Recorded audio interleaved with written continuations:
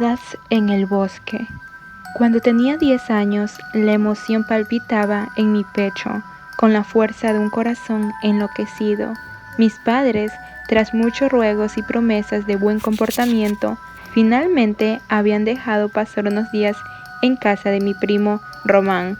La última vez que nos vimos, él y yo éramos inseparables, pero 2 años atrás, sus padres tuvieron que mudarse debido a compromisos laborales, y nuestra conexión se desvaneció con la distancia. El día prometido llegó, y mi padre se encargó de llevarme a casa de mis tíos. El recibimiento fue efusivo. Mi primo me recibió con una sonrisa que no había cambiado desde la última vez que nos vimos. Me llevó a su habitación para que yo me instalara, y mientras yo desempacaba mis cosas, no pude evitar notar unos dibujos pegados en la pared. Román no era un gran artista, pero disfrutaba plasmar su imaginación en un papel. Sin embargo, lo que me encontré no era la típica galería de dibujos infantiles en las hojas. Su figura estaba rodeada por lo que inicialmente creí que eran insectos exageradamente grandes, pero al observar con más detenimiento, yo me di cuenta de que se trataba de pequeñas criaturas aladas, como diminutas personas con alas. Algunos dibujos mostraban esas extrañas figuras rodeando a un perro, que por la expresión de su rostro dibujado no parecía estar muy feliz. Mis ojos recorrían los trazos mientras la extrañeza se apoderaba de mí. ¿Qué eran esas criaturas?, me preguntaba. Y yo dije, no, pues tengo que decirle a Román, ¿qué son? ¿Qué significan? Pero eso no tiene sentido, aunque solo tenía 10 años, sabía que las hadas no eran reales. Así que la tarde avanzaba y con una mezcla de intriga y nerviosismo, Román me dijo que sus extraños dibujos, su respuesta fue que en el bosque cercano, el mismo bosque del cual habíamos hablado tanto en nuestras cartas, vivían unas criaturas. Él insistía que eran mágicos, mitad insectos y mitad humano, y que solo podían ser vistos por aquellos que eran supuestamente elegidos. Aunque mi mente infantil estaba llena de escepticismo, la curiosidad ganó la batalla. Esa tarde, Román me llevó al bosque, el lugar de nuestras aventuras. Entre los árboles altos y el susurro del viento, sentí una extraña energía que no podía describir. El sol se filtraba a través de las hojas, creando un juego de luces y sombras que añadían un toque mágico al lugar. Román señaló hacia un rincón del bosque, insistiendo en que era allí donde las criaturas mágicas solían congregarse. Mientras explorábamos, me di cuenta de sombras que se movían en la periferia de mi visión, pero cada vez que volteaba para mirar, no había nada. Supuse que mi mente infantil estaba jugándome trucos. Después que le dije a Román que no creía en sus historias y yo sugerí que volviéramos a la casa, su reacción fue inesperada. En lugar de asentir y aceptar mi propuesta, me desafió una carrera a través del bosque. Antes de que él pudiera siquiera aceptar o declinar, Román se lanzó a correr entre los árboles, dejándome parado en un estado de desconcierto. La sorpresa se convirtió en determinación, y sin pensarlo 2 veces, me lancé a correr tras de él.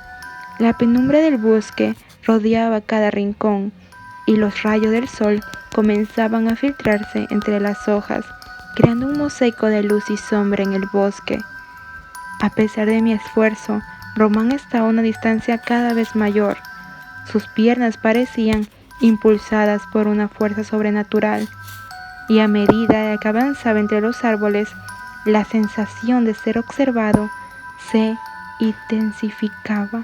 Cada paso se volvía más pesado, y mi respiración se aceleraba mientras intentaba alcanzar a mi primo. En un momento lo perdí de vista. Los árboles se cerraron a mi alrededor y las risas de Román se desvanecieron en la distancia. Llamé su nombre varias veces, pero solo el eco de mi voz respondió. La preocupación se apoderó de mí mientras caminaba solo entre los árboles, aún envuelto en la sombra del bosque.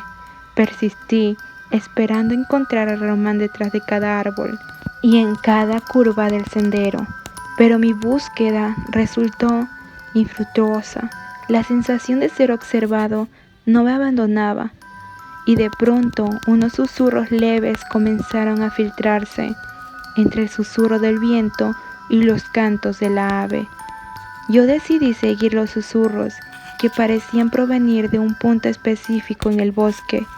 Mis pasos resonaban en el suelo cubierto de hojas secas, y a medida que me acercaba, la voz se hizo más clara.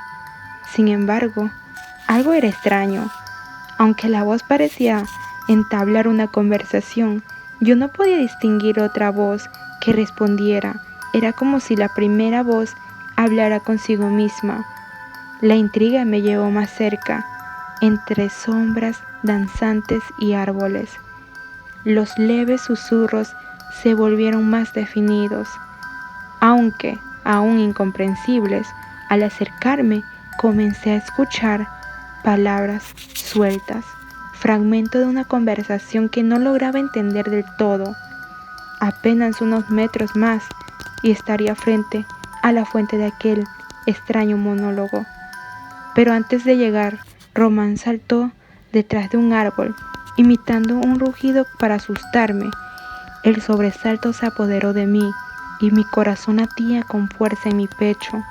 Román comenzó a reír, pero mi diversión se desvaneció rápidamente. Lo miré con seriedad y le pregunté si él era el que estaba hablando y con quién. Román, aún riendo, negó cualquier interacción con otra voz.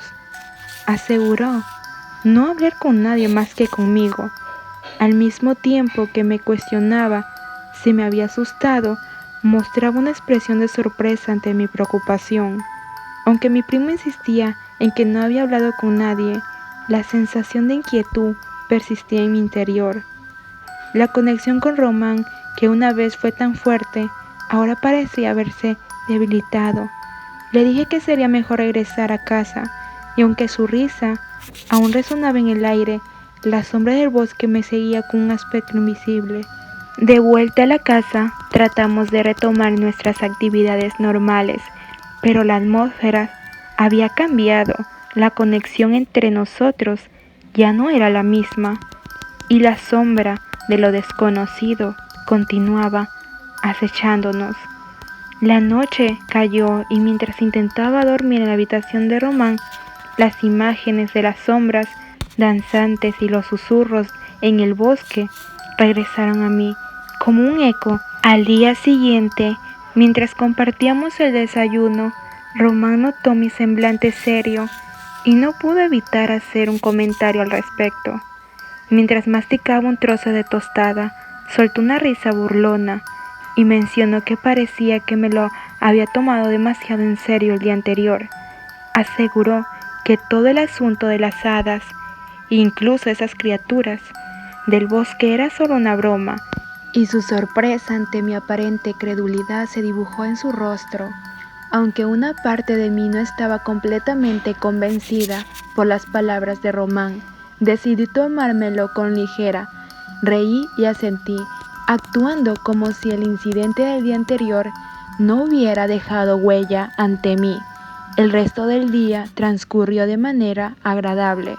Jugamos, nos reímos y disfrutamos como en los viejos tiempos. Sin embargo, a medida que la tarde se hundía paso en la noche, Román volvió a mencionar el bosque. Esta vez, su propuesta fue más atrevida: acampar en el bosque. Aseguró tener un pequeño refugio en el cual la experiencia sería increíble.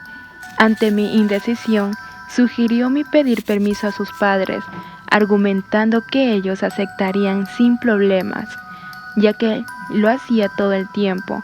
En esta ocasión, sus palabras eran ciertas, y mi tío ascendieron sin tomar mayor importancia a la propuesta. De nuevo, nos aventuramos en el bosque. Caminamos durante mucho tiempo, hasta llegar a un sitio especial, donde Román afirmaba tener su escondite secreto. Al adelantarnos, pude ver con más detalle el lugar. El refugio estaba construido con ramas y costales, creando una estructura rústica, pero funcional. Román se apresuró al entrar, entusiasmado por mostrarme el interior del fuerte, mientras yo examinaba el entorno con mayor detenimiento. Las ramas de los árboles cercanos estaban adornadas con lo que parecía ser atrapasueños hechos a mano. Sus hilos y plumas se movían suavemente con la brisa. En el suelo, montones de rocas apiladas captaron mi atención. Desde lo más grande hasta lo más pequeño, formaban extrañas figuras y patrones que no lograban descifrar qué era completamente. Aunque el lugar tenía un encanto peculiar, una sensación incómoda se apoderó de mí.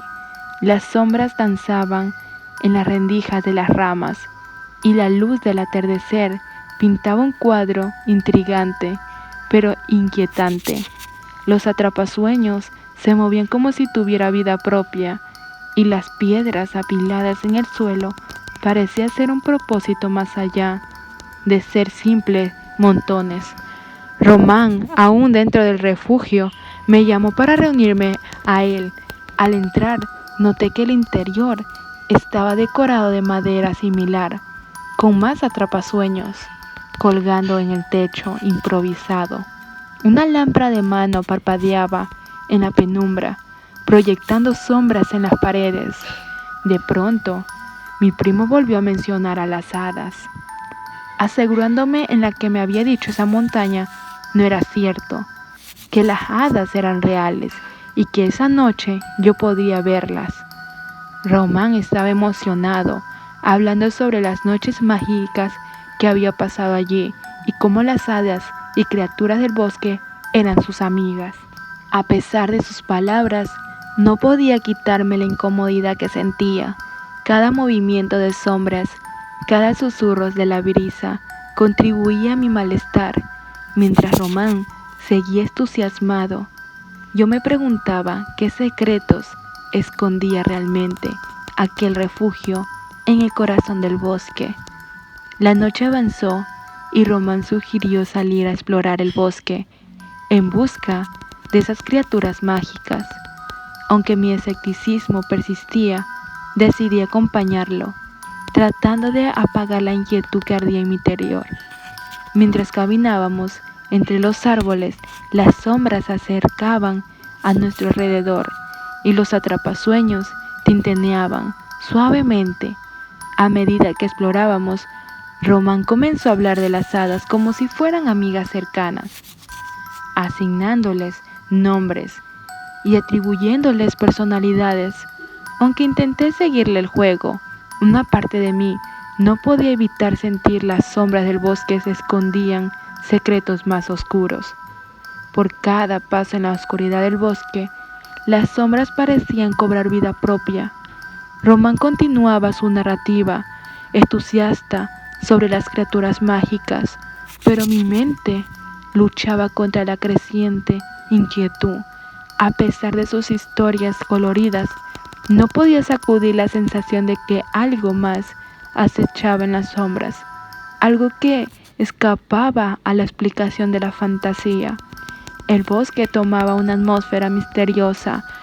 Mientras avanzábamos entre los árboles, Román señalaba hacia lugares específicos, alegando de allí había visto hadas danzantes y figuras mágicas. Sin embargo, mis ojos no lograban distinguir nada más allá de las sombras que se cerraban a nuestro alrededor. En un momento, Román señaló hacia un claro iluminado por la luz de la luna. Según él, era el lugar donde las hadas solían congregarse. Nos acercamos con cautela y mientras avanzábamos, percibíamos susurros que flotaban en el aire. Eran murmullos ininteligibles que se mezclaban en el susurro del viento entre las hojas. Llegamos al claro y aunque mis ojos escudriñaron cada rincón no encontré ninguna evidencia de las criaturas mágicas que, según hablaba Román con tanta ilusión. Las sombras se extendían sobre la hierba y la inquietud de la noche aumentaba la sensación de misterio que rodeaba el lugar. Román insistió en que debíamos quedarnos allí, esperando a que las hadas hicieran su aparición. Aunque mi escepticismo se mantenía firme, decidí jugar el juego sentándome justo con él. En el claro y el murmullo de los susurros se intensificó, como si el bosque mismo estuviera intentando comunicarse con nosotros. A medida que esperábamos, Román compartió más historias, mezclando la fantasía con la realidad de una manera que comenzaba a desdibujar las líneas entre ambos mundos. Mientras hablaba, una figura fugaz pareció moverse en la periferia de mi visión. Mis ojos se enfocaron rápidamente, pero la sombra desapareció en la oscuridad antes que yo pudiera identificarla.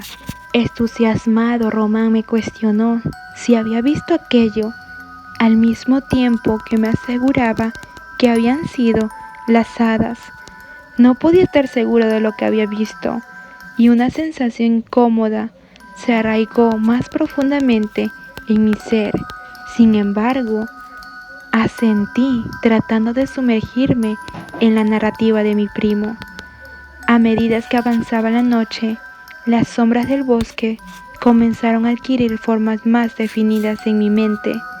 Las ramas crujían y susurros ininteligibles rodeaban el aire.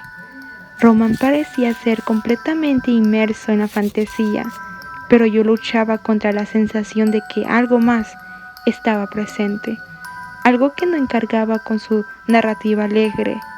Finalmente, Román propuso regresar al refugio antes de la medianoche, argumentando que las hadas solían retirarse a esa hora. Aunque la parte racional de mí quería rechazar esa idea, decidí seguir a Román de vuelta al lugar del refugio. Cuando llegamos, el refugio estaba envuelto en sombras y la lámpara de mano titilaba débilmente en su interior.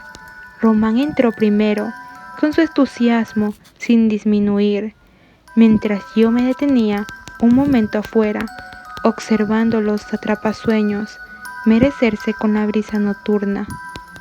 Al entrar, noté que Román había encendido unas velas, y la tenue luz iluminaba la habitación de manera etérea. Los atrapasueños colgaban del techo, sus hilos se movían suavemente. Román se sentó en un rincón, con una expresión de estasis. La noche avanzaba, y a pesar de la extrañeza del lugar, decidí unirme nuevamente a Román. En el interior del refugio, la lámpara de mano arrojaba sombras danzantes sobre las paredes, y Román continuaba inmerso en su mundo de hadas y criaturas mágicas. La lámpara de mano parpadeó un momento antes de apagarse por completo, sumiendo toda en la oscuridad. Un silencio tenso llenó el espacio, solo interrumpido por los susurros del bosque exterior. La incomodidad se apoderó de mí mientras mis ojos se ajustaban a la oscuridad. Román, ajeno a mi creciente inquietud, murmuró algo sobre la magia de la noche y cómo las hadas eran guardianas de secretos antiguos. Intenté mantener la compostura, pero una parte de mí ansiaba la salida de aquel lugar. Aunque yo no podía explicar exactamente por qué, sentía que algo no estaba bien, que las sombras del bosque escondían verdades más profundas. Y aunque estaba dispuesto a descubrir, a pesar de la oscuridad que envolvía el refugio y la incomodidad que se aferraba a mí, decidí permanecer allí con Román. La lámpara de mano, aunque apagada, dejaba vestigio de luz de la luna filtrándose a través de las ramas. Román continuaba inmenso en su narrativa sobre las hadas y sus misterios.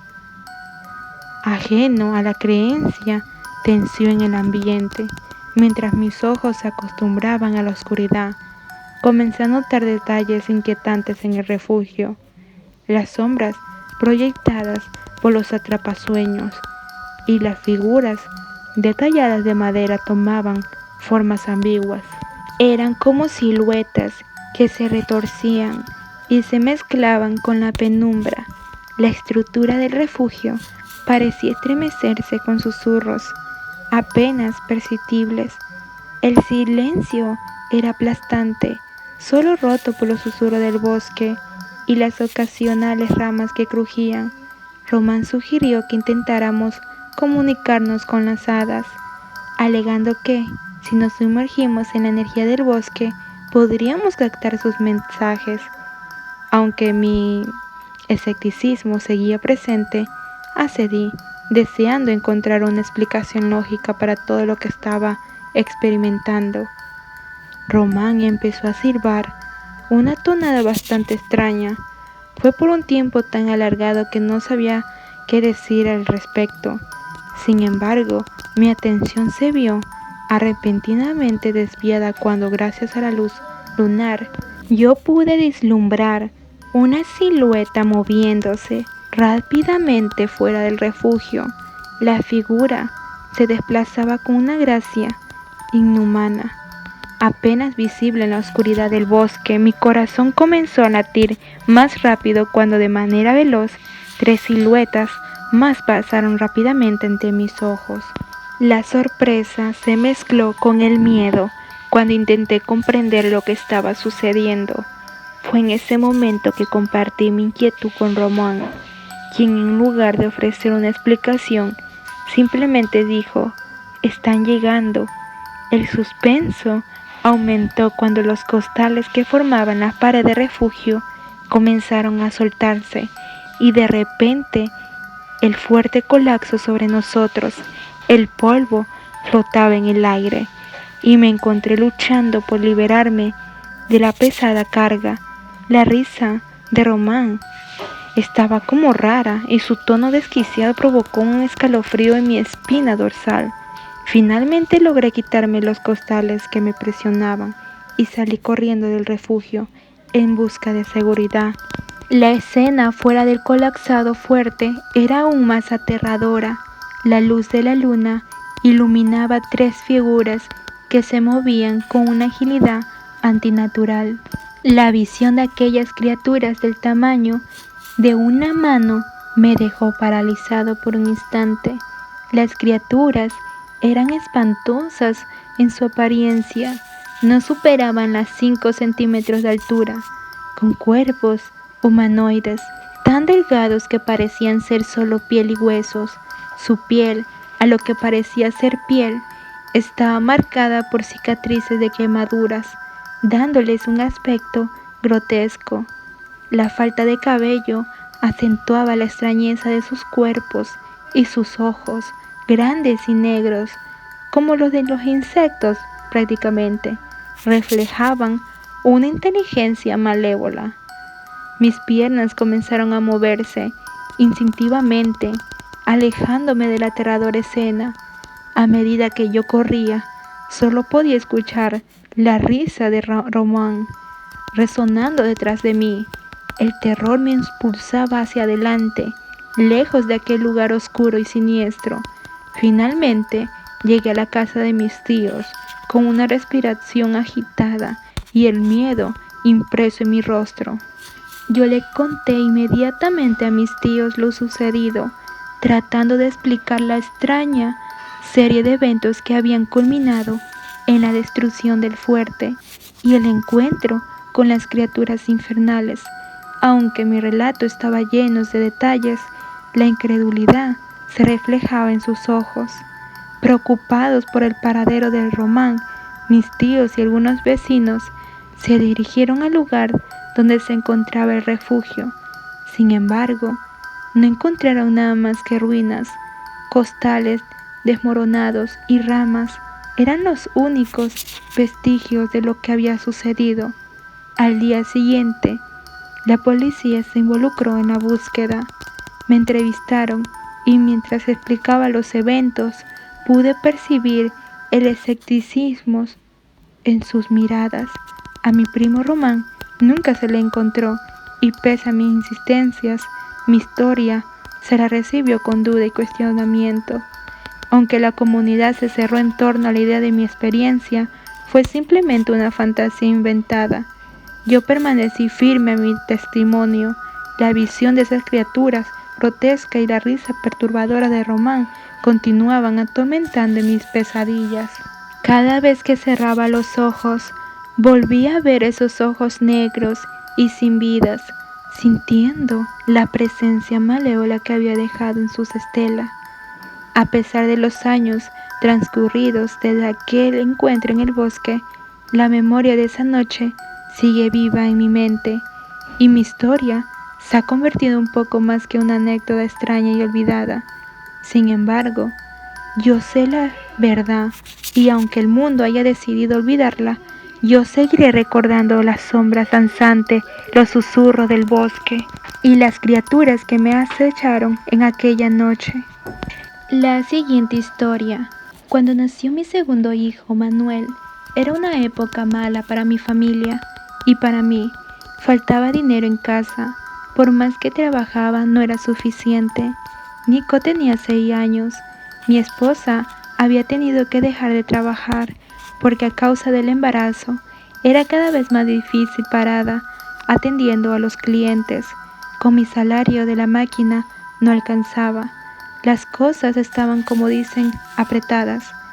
Buscamos hacer pocos gastos, pero aún así se necesitaba comprar cosas para Manuel. Afortunadamente algunos amigos y familiares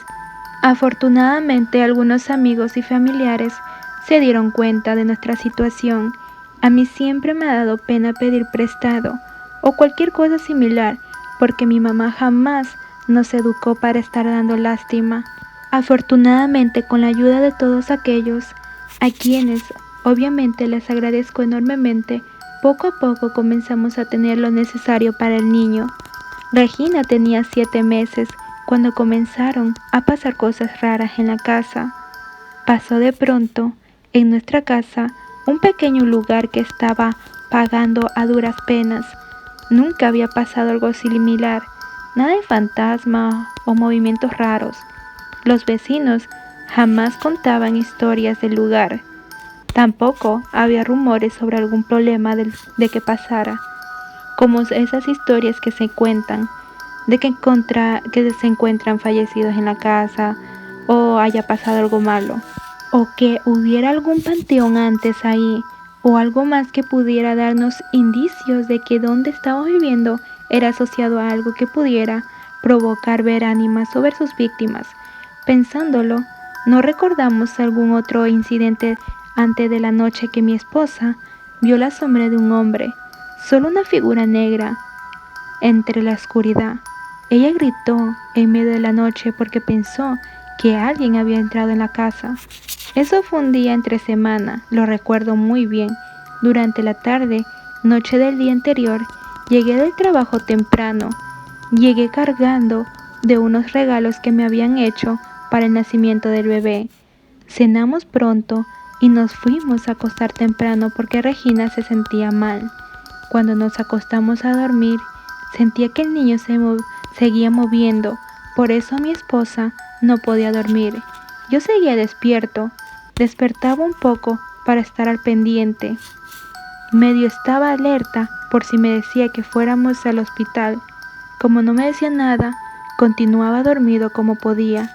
A los pocos minutos de la última vez que me despertó, yo escuché a Regina gritarme. Me desperté como rayo, asustado y sin cambiarme, agarré una de mis botas por inercia para salir a luchar contra quien sea. Cuando abrí la puerta del cuarto, Regina estaba pegado a ella, por eso me cayó justo en los brazos cuando lo abrí. Se volteó hacia mí llorando mientras me decía que había visto a un hombre en la sala. En su parte, Nico había salido corriendo de su cuarto al escuchar los gritos de su madre y al encontrarla asustada en la sala, la agarró del camisón llorando con ella. Di una vista rápida, la casa podría abarcarse todo, girando un poco para abarcar hasta la cocina y la puerta del patio, pero no vi nada, así que molesto comenzó a regañar a mi esposa. Sinceramente pensé que Regina seguía adormilada, por eso había visto algo imaginario. En ese momento estaba seguro que solo eran sus nervios. Casi me daba un infarto al escuchar gritar porque creí que era por el bebé. Ella me decía que no había visto a propósito. Ella aseguraba que vio un hombre parado cerca de la ventana. Después de haberme calmado, la dejé a un lado para prender la luz y revisar bien la casa. Me aseguraba si había algo distinto o alguna de las puertas o candados estaban abiertos. Ella me contó que tras el no poder salir del cuarto, dispuesta a calentar algo de leche cuando intentó prender la luz de la cocina y no encendió el foco, resignada, decidió buscar dónde calentar la leche, aunque fuera a oscuras. Cuando al agacharse miró de reojo, vio algo más oscuro de las normales de la casa. Aquellas sombras la alcanzó a ver de la esquina de la casa, justo entre el sillón y las cajas. Son cosas del bebé. Ahí había una ventana. Entre la cortina usualmente pasaba la luz de afuera, pero la sombra se veía claramente. Era como un hombre que la veía sin moverse para nada. Me dijo que por la luz de la ventana pudo ver bien que era completamente negro, una figura de un hombre muy alto con sombrero. Olvidé pronto el incidente porque extrañamente nada más pasó, ni un indicio, ruido o cosas fuera del lugar. Regina no mencionó nada más tampoco. Los días pasaron. Cerca del parto fue cuando Nico fue atacado por aquella sombra. Un fin de semana por la noche estábamos viendo la televisión en el cuarto los tres, cuando el niño me dijo que estaba aburrido, así que se fue a jugar en su cuarto. Escuchamos ruidos, eran bajos, golpes de juguetes, movimientos. No pensamos que nada malo estuviera pasando. Nico comenzó a llorar muy bajo. Apenas lo escuchábamos. Me dijo mi esposa algo, no recuerdo bien qué, pero me levanté despacio, haciendo el menor ruido posible. Ni siquiera apagamos la televisión. Quería saber qué era aquel sonido que se escuchaba lejos, fuera del cuarto del niño. Cuando llegué a la ventana del cuarto de Nico, él estaba acostado boca abajo en el piso llorando. No tenía juguetes a la mano, ni otra cosa a su alrededor. Me pareció extraño, porque pensé que estaba jugando. Me acerqué, lo alcancé para abrazarlo, pero comenzó a llorar aún más. Me dijo que le dolía. Le pregunté qué estaba haciendo. Me dijo que le dolía, una y otra vez en voz baja. Así que yo sentí un miedo terrible, de esos miedos que uno no entiende. Sentí algo, pero no sabía qué. Yo quería salir del cuarto, pero no me podía mover, y Nico se apretaba contra mi pecho. Comprendí por qué él hablaba bajo, porque sentía lo mismo. Le pregunté, ¿qué te duele? Él señaló su costado. La presión de que algo estaba viéndonos me hizo tardar en revisar el lugar donde señaló. Cerré los ojos pidiéndole a Dios lo que sea, sin acordarme de alguna oración o algo que pude aprender en el catecismo. Solo pedía que me ayudara de esto. Por un momento el reflejo de algo que brillaba lo sentí en el costado del ojo de mi izquierda. Era del lugar donde estaba la cama del niño. En mi mente visualicé que lo que nos veía estaba debajo de la cama. Afortunadamente, Regina me gritó si todo estaba bien y desperté de ese trance. Agarré valor y salí del cuarto, cerrando la puerta tras de mí. Comencé a sentir que una presión en el pecho me dejaba sin poder respirar bien, así que estaba agitado. Le dije a mi esposa que todo estaba bien. Luego miré a Nico, le dije que ya todo estaba bien y comenzó a llorar con fuerza, diciéndome que le habían pegado. No pregunté nada más. Alcé su playera, revisé su costado encontrándome con una visión aterradora. Una mano puntiaguda se dibujaba como un golpe, casi como una quemadura en su pequeño cuerpo, abarcándole las costillas. Mi hijo había sido lastimado por algo que no podía explicar y ahora Eso, estaba debajo de la cama esperando. No sabía qué, pero sentía el miedo recorrer el cuerpo. Yo de una me quedé en shock de lo que estaba pasando. Me preguntaba cómo le iba a explicar lo que le pasó al niño a mi esposa, pero asegurándome, ella se iba a dar cuenta pronto. Al final, resolví decirle lo mejor que pude. Ella se alteró como nunca y en las horas ya estábamos en el hospital de urgencia por el malestar que sentía. Tampoco me fue bien con Nico esa noche. La mano con dedos puntiagudos que ya había visto o que pensé ver era ahora una mancha roja llena de sarpullido. Le picaba tanto que había estado rascándose sin parar el niño. Llamé a mi suegra. Ella estuvo con mi esposa cuidando recibir los informes de los médicos. Yo estaba con Nico, esperando que le revisaran el sarpullido. A Regina la dieron de alta a las 3 horas y completamente furiosa salió echando peste contra los doctores, quienes le diagnosticaron estrés por el embarazo, pero ella sentía una sensación de dolor en el vientre. A pesar de los estudios, todo salió normal, dejando más furiosa a mi esposa que preocupada por la sensación del piquete en el vientre que sentía. Desde ese día el niño no paraba de moverse. Había una inquietud fuera de lo normal de la casa también. La madre de Regina intentó calmar su furia cuando salí de consulta con Nico. Él tenía una quemadura por contacto con algo caliente. Me hicieron 1000 preguntas. Revisaron varias veces al niño tardando horas los trámites. Al final pensaban que pudimos lastimar a nuestro hijo intencionalmente. Por eso todo el ir y venir de doctores y enfermeras. La revisión del dermatólogo fue definida aquella quemadura era a causa de algo en el cuarto del niño como ropa o algún jabón. Nos mandaron a quitarle 1001 cosas para evitar que pudiera pasar. Le mandaron muchas pomadas para bajar la inflamación. Hasta hoy, ahora él tiene 14 años. Aquella quemadura quedó en su piel como un lunar gigante de color grisáceo que abarca todas sus costillas del lado derecho. A pesar de eso, no pensé en hacer nada. No se me cruzó por la mente rezar o bendecir la casa. Me consumió por completo el cuidado de Regina, tener que trabajar y comenzar a lidiar con los terrores nocturnos de Nico, su picazón en la piel y llanto. Era imposible concentrarme en algo. Fueron meses que recuerdo como oscuros, como si no hubiera sido de día. Sé que algunas personas me van a entender. Me sentía un agujero a pesar de que las cosas estaban medio bien.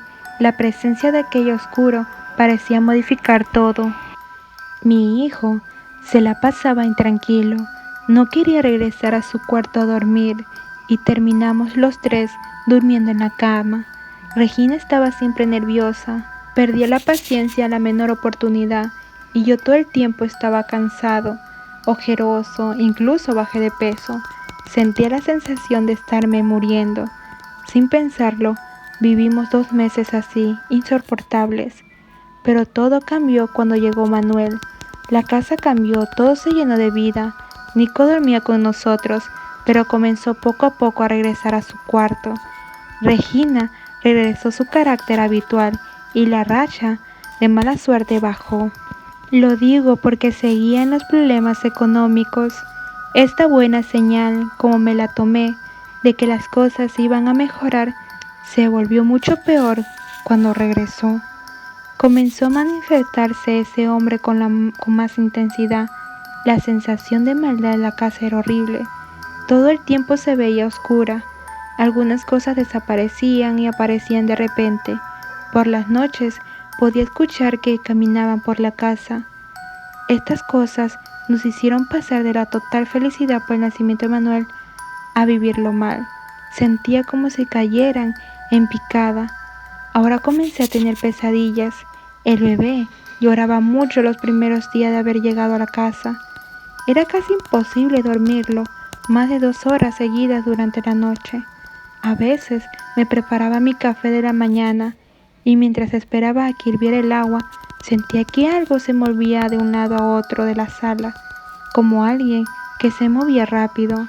En una ocasión, al revisar, encontré unos zapatitos de bebé tirados cerca de los sillones. Además, cuando salía de la casa, me daba la impresión de que alguien me veía desde la ventana. Así que revisaba si Regina se había asomado para verme salir, pero casi nunca estaba ahí ella. Regina estaba cansada todo el tiempo también, mientras Nico pasaba días en casa de su abuela porque no podíamos hacer que regresara a la casa. Nos decía que tenía miedo. Lo peor, y por lo que decidimos vender la casa, fue cuando Manuel comenzó a ser afectado directamente por esa cosa que todos veíamos de una forma u otra. Comenzamos a ver que Manuel permanecía demasiado tranquilo. No se movía mucho, dormía bastante. Pensamos que se había acostumbrado a la casa, que eso era bueno. Mi esposa lo cambiaba, lo dejaba acostado en la cuna y él no se movía. Abría los ojos, miraba a su alrededor, pero nada más. Aunque diario cambiaba a mi esposa de ropa al pequeño, siempre le dejaba puesto unos zapatitos tejidos de color azul. Eran sus favoritos. Le encantaba ponérselos, aunque le quedaban un poco grandes. Llevamos al niño a revisión. Nos dijeron que parecía responder más lento de un niño normal. Ahí comenzaron los días de angustia. Estudio tras estudio, el bebé respondía bien. Luego comenzaban a cambiar su comportamiento. Era como si tuviéramos dos niños, uno feliz y risueño, otro callado, lento, dormilón. Fue mi suegra la que hiló los cabos. Una noche que se quedó a dormir para ayudarnos con el recién nacido, ella cambiaba al pequeño el pañal, como de costumbre. Su hija estaba bañándose, yo trabajaba y Nico estaba viendo la tele. Mi suegra estiró la mano para alcanzar la ropa que iba a ponerle, porque se había ensuciado mucho. Tomó la ropa que Regina le había dejado, pero al ver los zapatos, los vio viejos como si hubieran sido usados mucho tiempo. Los dejó a un lado para ver si podía deshacerse de ellos, pues se veían en mal estado. Los arrojó sin mirar hacia la cama, pero al hacerlo, sintió como si algo delgado, peludo y caliente le tocaran los dedos. Quitó la mano por la sensación, volteó a ver el lugar donde habían estirado la mano, pero no vio nada. El niño comenzó a llorar. En lo que volteó a verlo, alcanzó a ver que los zapatos se hicieron a un lado. Dio un salto lejos por el susto.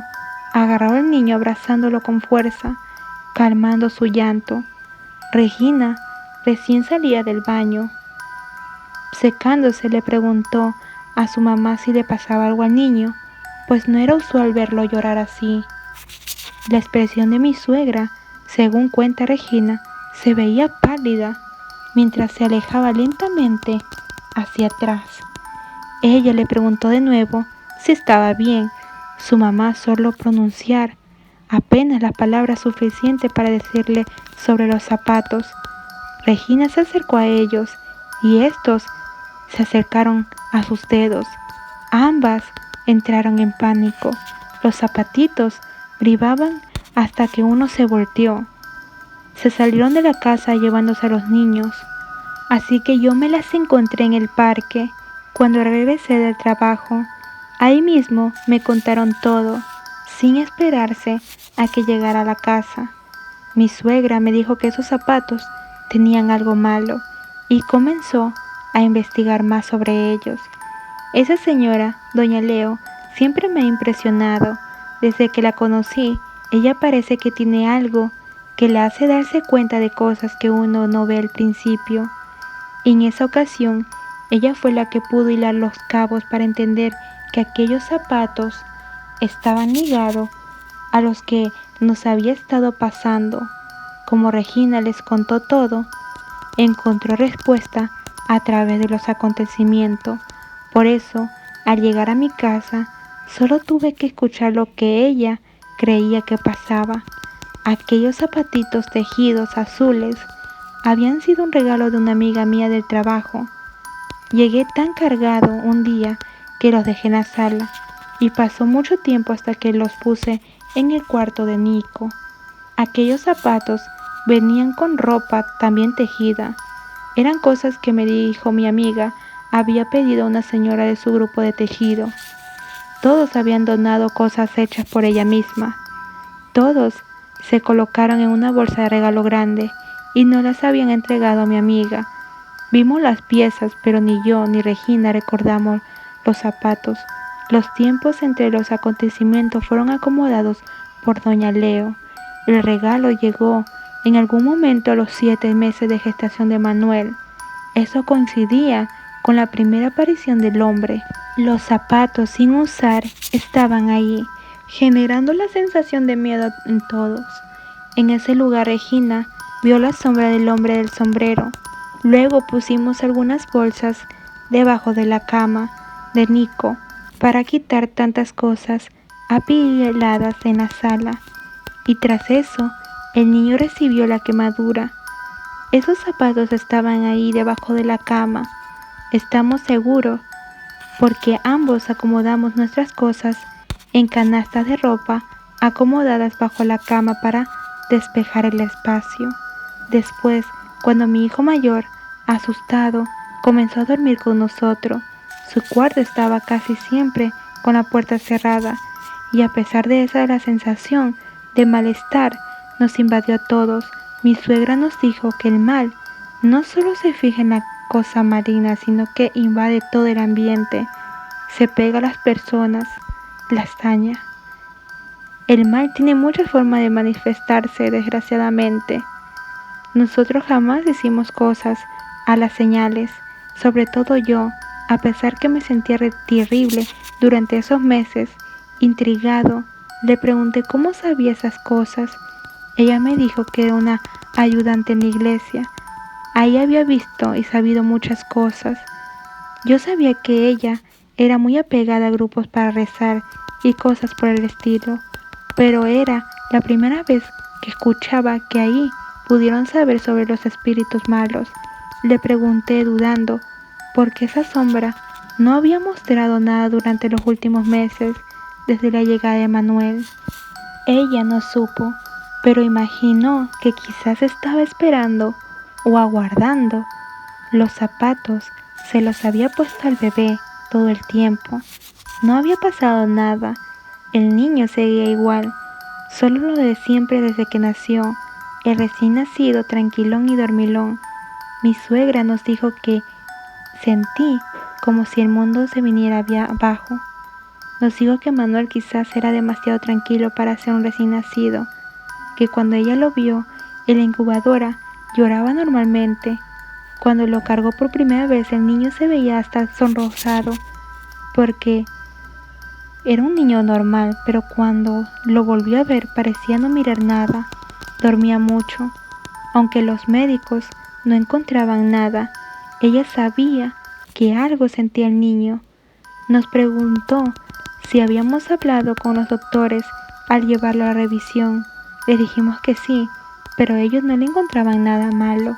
Mi suegra dudó, nos dijo que quizás se equivocaba, pero Regina, segura de las palabras de su mamá, sabiendo que si ella lo decía era por algo, le pidió que nos trajera al padre para bendecir la casa, o que mínimo nos llevara agua bendita. Yo le dije que pensaba lo mismo, teníamos que hacer algo. Juró que jamás en mi vida me había sentido tan mal como aquellos meses en que me sentía que todo nos iba de la mano, el dinero, la comida y hasta la felicidad. Esa noche regresamos a la casa a dormir. Nos preguntamos para recibir al padre cuando tuviera tiempo, pues mi suegra nos dijo que tendría que pedir una cita a domicilio al sacerdote que ella conocía. Al ingresar a la casa, justo al entrar, nos llegó un olor muy feo, muy fuerte, pero no supimos de dónde venía.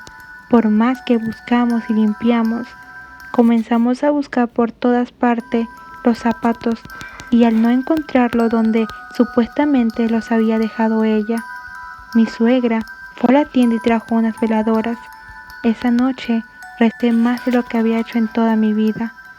Descansamos al dormir, pero era cerca de las 4 de la mañana, porque mientras estábamos pidiendo a Dios que nos libera nos librara de aquel ente de la casa, se escuchaban pequeños ruidos inquietantes, así que sin pensarlo, cerramos la recámara de los niños. Yo le puse una silla y un palo que atordaba la puerta por si acaso. Las noches siguieron fueron así. O yo o Regina rezábamos. Mi suegra se fue a su casa a buscar al padre, quien llegó a los 8 días después. Pensé que pasaría algo extraordinario, que se escucharían ruidos o pasaría algo más, pero nada, la bendición pasó como si nada. El padre Rubén llegó y pasó como si nada. Sentí que la sangre se me helaba cuando él comenzó la bendición, pero al final me preocupaba que nada pasara. Hasta pensé que estaba loco. Mi suegra nos dijo nada. Se fue sin nada decir. Regina y yo nos quedamos igual, esperando que pasara algo para saber que esa cosa se había ido. Quizás la maldad se fue inmediatamente después que el padre llegó y posó sus pies en la casa, limpiando de todo mal el lugar. Quisiera decir que me deje en paz, pero una corazonada me decía que algo seguía mal, pero aguardaba. Ese ser esperaba. La llamé a mis compañeros de trabajo para preguntarle por los zapatos.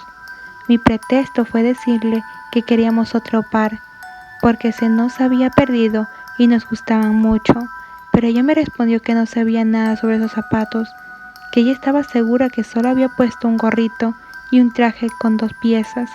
Sentí el terror al preguntarme si era verdad lo que decía, o ciertamente jamás había puesto sus zapatos en la bolsa del regalo. A los 3 días de la bendición, Regina vio al hombre de nuevo. Afortunadamente estábamos conscientes de que la venida del padre no había servido de nada, así que habíamos dejado a los niños con mi suegra mientras yo trabajaba. Mi esposa iba a guardar todo poco a poco para mudarnos. En el momento que comenzó a guardar las cosas, llegó al cuarto de los niños. Encontró los zapatos azules arriba de la cama de Nico.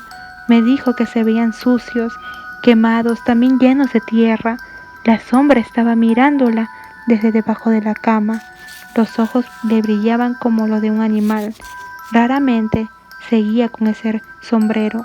Parecía estar torcido para caber. Sus facciones eran oscuras, pero dijo que se parecía a las de un hombre muy delgado, con la piel llena de cicatrices y pegada al hueso de su cara. La miraba sin párpados. La sensación hacía que sintiera que se les estrujara el pecho con desesperación, pero era un terror tan inmenso el ver que aquel hombre en la oscuridad y que está debajo de la cama de un niño, que sentía el terror de dejar de mirar, no podía más que permanecer atenta. Era como si estuviera cuidando que ella se descuidara para agarrarla. Dice que entre aquella silueta algo oscuro se movió detrás, algo que le hizo llorar del miedo, aunque no sabía qué era. Corrió en un arranque de fuerza, y eso fue todo para ella. Regina salió corriendo de la casa sin dinero, en pijama y sandalias, dejando la puerta abierta. No hubo poder humano que la convenciera de regresar por las cosas de la casa. Lo dejamos todo, no había posibilidad de regresar por algo. Temíamos que fuera de nuevo tras Manuelito.